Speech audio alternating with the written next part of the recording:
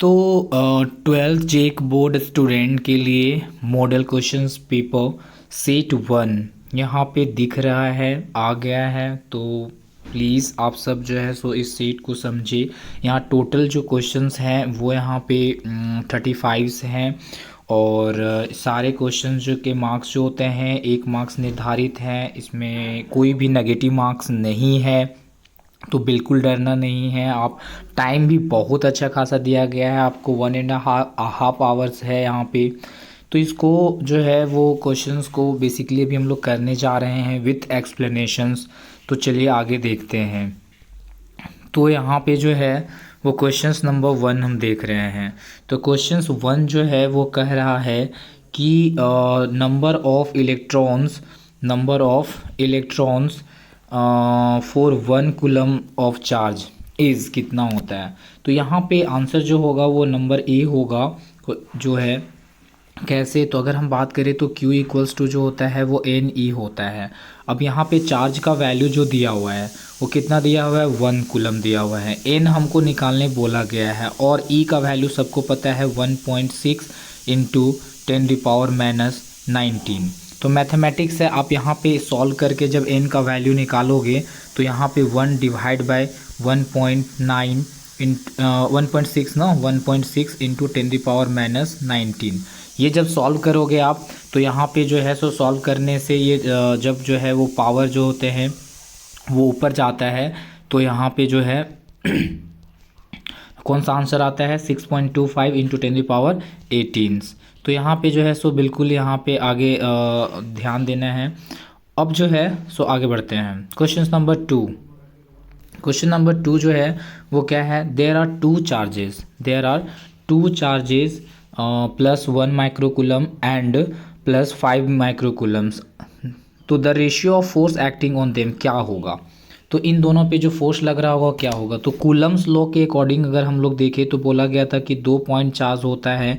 अगर यहाँ पे चार्ज Q1 है, यहाँ पे चार्ज Q2 है, इनके बीच में कुछ डिस्टेंस है तो ये इस पे एक फोर्स लगाएगा जिसको F1 बोलेंगे और ये भी इस पे एक फोर्स लगाएगा। तो 2 ही चार्ज है और उनके बीच में डिस्टेंस कुछ है।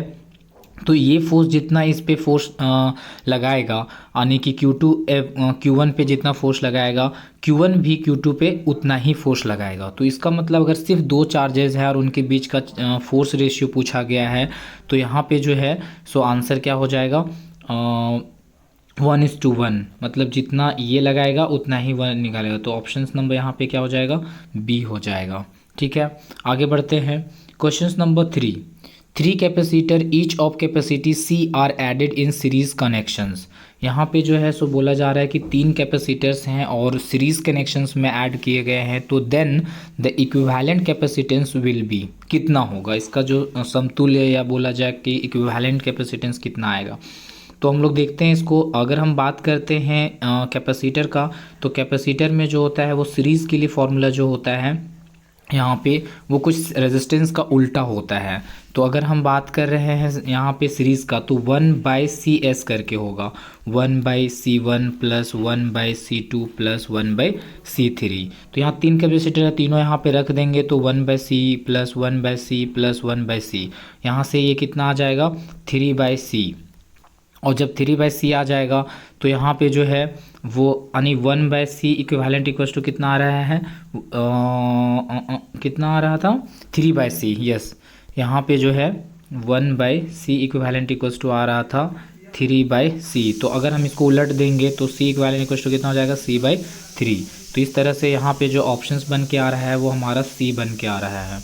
ऑप्शंस कौन सा हो जाएगा, C यहाँ पे। आगे बढ़ते हैं।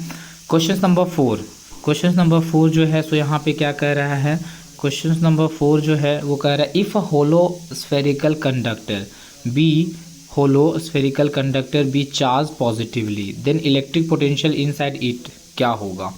तो यहाँ पे जो है वो मैं बता दूँ कि अगर कोई होलो जो है वो स्फेरिकल कंडक्टर होता है तो उसके अंदर इलेक्ट्रिक फील्ड जो होता है वो ज़ीरो होता है और इलेक्ट्रिक फील्ड जीरो होने की वजह से पोटेंशियल जो होता है वो कांस्टेंट होता है। पूरा यहाँ पे पोटेंशियल जो होगा वो कांस्टेंट हो जाएगा। तो आने की पॉजिटिव चार्ज है तो आंसर तो पॉजिटिव जाएगा और यूनिफॉर्म होगा। कांस्टेंट वर्ड को दूसरा फॉर्म में क्या बोलते हैं, यूनिफॉर्म। तो यहाँ पे जो ऑप्शंस बन के आ रहा है वो क्या हो जाएगा, बी। तो ये ऑप्शंस नंबर यहाँ पे बी हो जाएगा 4 का। ठीक है, आगे बढ़ते हैं यहाँ पे। तो क्वेश्चन नंबर हम लोग 5 की तरफ जाते हैं। क्वेश्चन नंबर 5 क्या बोल रहा है, V I graph for a conductor makes angle theta with V axis. यहाँ पे बहुत अच्छा यहाँ पे क्वेश्चन तैयार किया गया है। Here we denotes the voltage and I denotes current. तो resistance of conductor is given by कितना होगा। तो यहाँ पे हम लोग क्या कर रहे हैं कि एक हम लोग ग्राफ ड्रॉ कर रहे हैं। अब यहाँ पे ये खुद बता दिया है कि एक्स एक्सिस पे किसको रखना है, यहाँ पे वी रखना है और यहाँ पे आई रखना है।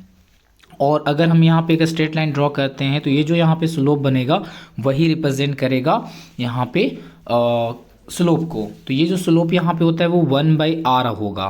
तो ये 1/r है तो उस हिसाब से अगर सिर्फ ये अगर भी ऊपर रहता और आई यहाँ रहता तो tan थीटा आंसर होता है। तो ये उलट गया है, तो अगर ये उल्टा हो गया तो मेरा आंसर भी उल्टा हो जाएगा। तो यहाँ पे क्या हो जाएगा, cot थीटा। तो यहाँ पे आंसर 5 का जो होता है वो डी हो जाएगा। ठीक है ना।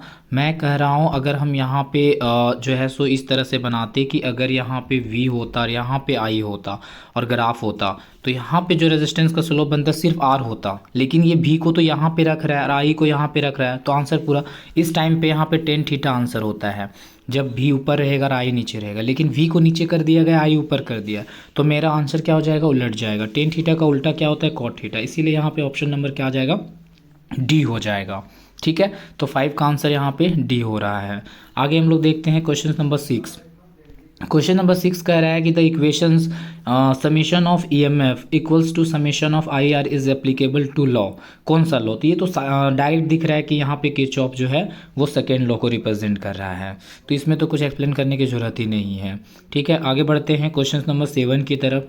क्वेश्चन नंबर 7 बोल रहा है कि the balancing length of a potentiometer is at 120 centimeter.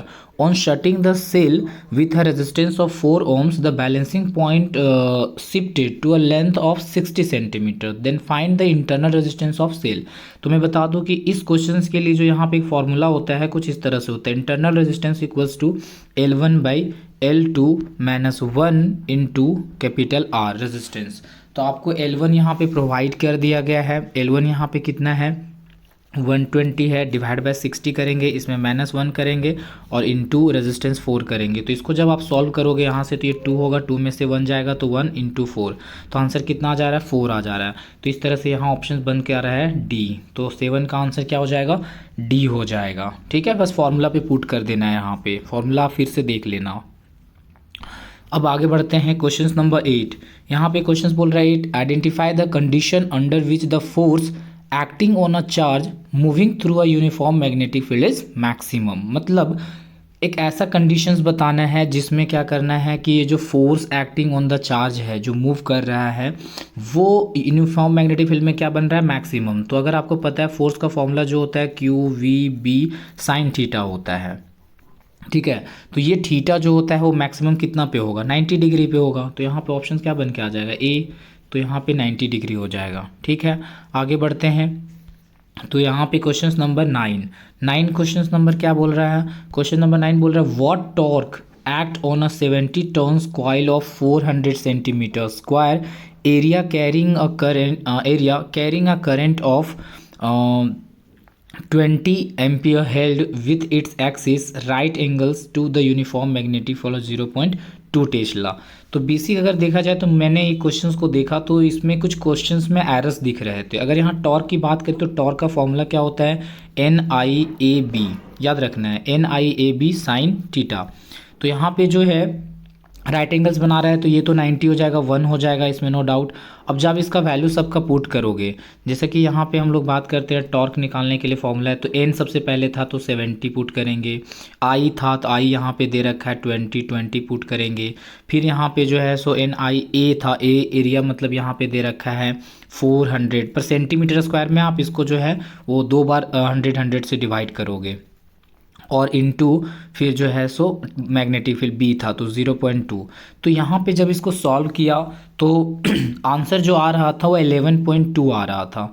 यहाँ पे आंसर जो आ रहा था वो 11.2 न्यूटन मीटर आ रहा था। तो ये हमको लगता है कि ये क्वेश्चंस जो है वो ऑप्शंस क्वेश्चन सही है, ऑप्शंस गलत सेट हुए हैं। तो ये क्वेश्चंस को आप जो है वो टैग कर दोगे, ठीक है। तो एक चीज़ जो है या जो भी क्वेश्चंस होते हैं जो नहीं समझ में आता है, आप प्लीज़ कमेंट सेक्शंस में बताएंगे कि कौन से क्वेश्चंस को हमको फिर से बनाना है। मैं उस क्वेश्चंस को वाइट बोर्ड की मदद से समझा दूंगा, ठीक है। और जो भी बच्चे अभी इस पे जो है सो नए हैं या जो ने जिसने इस चैनल को सब्सक्राइब नहीं किया है वो कर ले, क्योंकि आगे और भी सेट आएंगे इस विथ एक्सप्लेनेशंस, और शेयर भी कर दें, ठीक है। क्वेश्चन नंबर 10, क्वेश्चन नंबर 10 बोल रहा है a moving coil galvanometer can be converted into a meter. मतलब एक मूविंग कॉइल गैल्वेनोमीटर को हम कैसे कन्वर्ट करते हैं एमीटर में। जो गैल्वेनोमीटर होता है उसको अगर हम एमीटर में कन्वर्ट करना चाहते हैं तो कैसे करते हैं। तो यहाँ पे बोला गया था कि अगर एमीटर का मतलब क्या होता है, करंट। करंट हमको ज़्यादा से ज़्यादा मेजर करना होता है, तो इसलिए हमको ज़्यादा से ज़्यादा करंट मेजर करना है। गैल्वेनोमीटर तो बहुत ही कम करंट को मेजर करता है, तो ज़्यादा करंट को फ्लो कराने के लिए हमको जो शंट यूज़ करना होता है, रेजिस्टेंस जो यूज़ करना होता है वो पैरेलल कनेक्शंस में करना होता है। इसलिए यहाँ पे जो है वो हमको एक सेंट, और ये सेंट का वैल्यू कम रहेगा तब ना ज़्यादा करंट इधर से जाएगा। इसीलिए यहाँ पे ऑप्शंस मुझे दिख रहे हैं कि introducing a shunt resistance of small value in parallel, यानी कि ऑप्शंस नंबर यहाँ पे बी हो जाएगा। तो इसका जो है वो 10 का ऑप्शन नंबर बी हो जाएगा, ठीक है। आगे देखते हैं क्वेश्चन नंबर 11। ये क्वेश्चन जो है सो बोला जा रहा है कि the angle of dip at the poles and equators are respectively. तो ये सीधा याद रखना है कि जो पोल्स पर या इक्वेटर्स पर जो एंगल्स होते हैं वो कितना होता है 90, और इक्वेटर पे 0 हो जाता है। तो यहाँ पे ऑप्शन जो बन के आ रहा है वो क्या है, डी है, ठीक है। Question number 12, when the magnetic flux link with the electric circuit changes the EMF induce in the circuit. अब सिवा कि अगर फ्लक्स चेंज होगा तो ईएमएफ इंड्यूस होता है। ये बात जो होता है वो पूरा फेनोमेना किसको रिप्रेजेंट करता है, ईएमआई को, इलेक्ट्रोमैग्नेटिक इंडक्शन। तो ऑप्शन नंबर यहाँ पे बन के आ जा रहा है ए, ठीक है। आगे बढ़ते हैं। तो यहाँ पे जो है सो यहाँ पे क्वेश्चन नंबर अगर हम बात करते हैं 13, तो 13 जो है सो क्वेश्चन है the peak value of AC current flowing through a resistor is given. तो ये तो सीधा सीधा है यहाँ पे कि ओम्स लगा करके आप सोचोगे तो यहाँ पे I equals to E naught by R आ जाएगा। तो 13 का जो ऑप्शन हो जाएगा वो यहाँ पे ए हो जाएगा, ठीक है। आगे 14, energy dissipates in LCR circuit in. तो बोला जा रहा है कि एनर्जी जो डेसिपिटेट होता है, लॉस जो होता है एनर्जी का, वो किस में होता है। तो इसको अगर हम देखें तो ना ही एल में होगा ना ही सी में होगा, आंसर किस में होगा, आर में होगा, क्योंकि जहाँ पर रेजिस्टेंस होगा वहाँ एनर्जी का रिलीज होगा, डेसिपिटेट होगा in the form of heat. तो यहाँ पे जो आंसर बन के आ रहा है वो कौन सा हो जाएगा, सी हो जाएगा। एल और आर सी जो होता है बैक दे देते हैं सोर्स को, इसलिए यहाँ पे लॉस नहीं होगा। तो यहाँ पे ऑप्शन जो होगा वो सी हो जाएगा, ठीक है। आगे बढ़ते हैं। Question number 15, a transformer is employs to. तो यहाँ पे ट्रांसफार्मर जो है सो किस चीज़ में एम्प्लॉयड करता है। तो बेसिक यहाँ पे ये है कि ये जो ऊपर से हम लोग एसी आता है उसको जो है obtain a suitable AC voltage, convert AC to DC, DC to AC. तो ऐसा नहीं होगा, तो ऑप्शन नंबर जो है यहाँ पे एसी ही होगा। तो यहाँ पे आंसर सी दे करके जाएंगे, ठीक है। इसमें कुछ नहीं है, सिर्फ वहाँ पे एसी के बारे में पढ़ना होता है। 16 नंबर क्वेश्चन, ये भी एक फार्मूला बेस्ड है। What is the velocity of electromagnetic wave in free space. जब आप देखोगे तो यहाँ पे सीधा दिख जाएगा सी इक्वल्स टू जो फॉर्मूला होता है 1/√म्यू नोट एप्सिलॉन नोट होता है। तो ये ऑप्शन सीधा यही सॉरी यहाँ पे जो आंसर है वो हो जाएगा सेकेंड नंबर, ये ए नहीं होगा। तो यहाँ पे ऑप्शन बन के जो आ रहा है वो बी हो जाएगा 16 का, ठीक है ना। आगे बढ़ते हैं। क्वेश्चन नंबर 17, तो क्वेश्चन नंबर 17 जो है वो बोल रहा है कि विच of the following is used in investigate the structure of solids. मतलब जो हमारा जितने भी सॉलिड मटेरियल्स होते हैं उसको हम लोग जो इन्वेस्टिगेट करते, चेक करते हैं, वो एक रेज यूज़ करते हुए एक्सरे होता है। तो आंसर क्या हो जाएगा, सी हो जाएगा। ये सब तो आपको डायरेक्टली याद रखने हैं, ये सब 1 मार्क्स के क्वेश्चन शॉर्ट वाले हैं। एक्सप्लेनेशन की यहाँ पे ज़रूरत ही नहीं है, आपको कुछ चीज़ें याद भी करने होते हैं, ठीक है ना। जहाँ पे है वो मैं कर दूंगा। The angle of incidence, question number 18, तो यहाँ पे बोल रहा है the angle of incidence corresponding to angle of reflection is called as. तो यहाँ पे क्रिटिकल एंगल होगा। बोल रहा है कि यहाँ पे अगर हम एक डेंसर मीडियम है, यहाँ से अगर जा रहे हैं और यहाँ पे अगर नॉर्मल के साथ ये एंगल 90 बन रहा है, तो इसका मतलब यहाँ पे जो इंसिडेंट एंगल बन रहा होगा वो कौन सा होगा, क्रिटिकल होगा। आप एक बार क्रिटिकल एंगल का डेफिनेशन देख लेना। तो यहाँ पे क्रिटिकल एंगल ऑप्शन नंबर क्या बन के आ रहा है, डी। ठीक है। क्वेश्चन नंबर 19 बोल रहा है कि लेंस फार्मूला कौन सा है। तो यहाँ तो सीधा दिख रहा है लेंस फार्मूला, जो यहाँ पे बी हो जाएगा। तो आंसर यहाँ पे क्या हो जाएगा, बी। ठीक है। अगर कोई भी क्वेश्चंस का ऑप्शंस अगर गलत लगे या किसी क्वेश्चंस का एक्सप्लेनेशन आपको चाहिए तो प्लीज़ कमेंट सेक्शंस में बोले और मुझे बताएं। ठीक है, आगे पढ़ते हैं क्वेश्चंस। यहाँ पे 20, if the any number of thin lenses in contact of focal length दे दिया गया F1 F2, इस तरह से बहुत सारे फोकल लेंथ हैं, सारे बोल रहा है कि कनेक्टेड है आपस में। तो then effective focal length of the rare combinations क्या होगा, मतलब बहुत सारे लेंस जो होते हैं वो आपस में क्या है, कांटेक्ट में है। तो इस तरह से जितना भी फोकल लेंथ है इक्विवेलेंट बन के आएगा वो कितना आएगा। तो ऐसे अगर केसेस क्वेश्चन होते हैं तो 1 जो है वो करके होता है, 1/F1 + 1/F2 इस तरह से। तो यहाँ ऑप्शन नंबर साफ साफ दिख रहा है कि ए हो जाएगा। तो यहाँ पे ऑप्शन जो बन के आ रहा है वो ए आ रहा है। Question number 21, the angle of deviation depends on the. तो एंगल ऑफ डेविएशन जो होता है, यानी कि यहाँ पे डेल की बात करते हैं, तो ये जो डिपेंड्स करता है वो एंगल ऑफ इंसिडेंस पे करता है। क्योंकि हम लोग इसके लिए ग्राफ भी बताते हैं। ऑप्शन नंबर यहाँ पे बी हो जाएगा। रिफ्रैक्शन तो होगा नहीं कि एक अगर हम एंगल ऑफ इंसिडेंस का हम लोग डेविएशन के साथ देखते हैं, अगर angle of incidence initially increase करते तो घटता है, फिर एक समय अगर मिनिमम एंगल ऑफ डेविएशन मिलता है और उसके फर्दर अगर आप एंगल ऑफ इंसिडेंस इंक्रीज कराते हो तो बढ़ने लग जाता है। तो इस तरह से ग्राफ होता है, जहाँ पे यहाँ पे मिलता है उसको बोलते हैं मिनिमम एंगल ऑफ डेविएशन। तो एक बार जो है सो कुछ चीज़ें आप नोट्स से भी देखें, ठीक है ना। यहाँ पे सिर्फ मैं रेफरेंस के लिए आपको कुछ कुछ चीज़ें रिमाइंड करा दे रहा हूँ।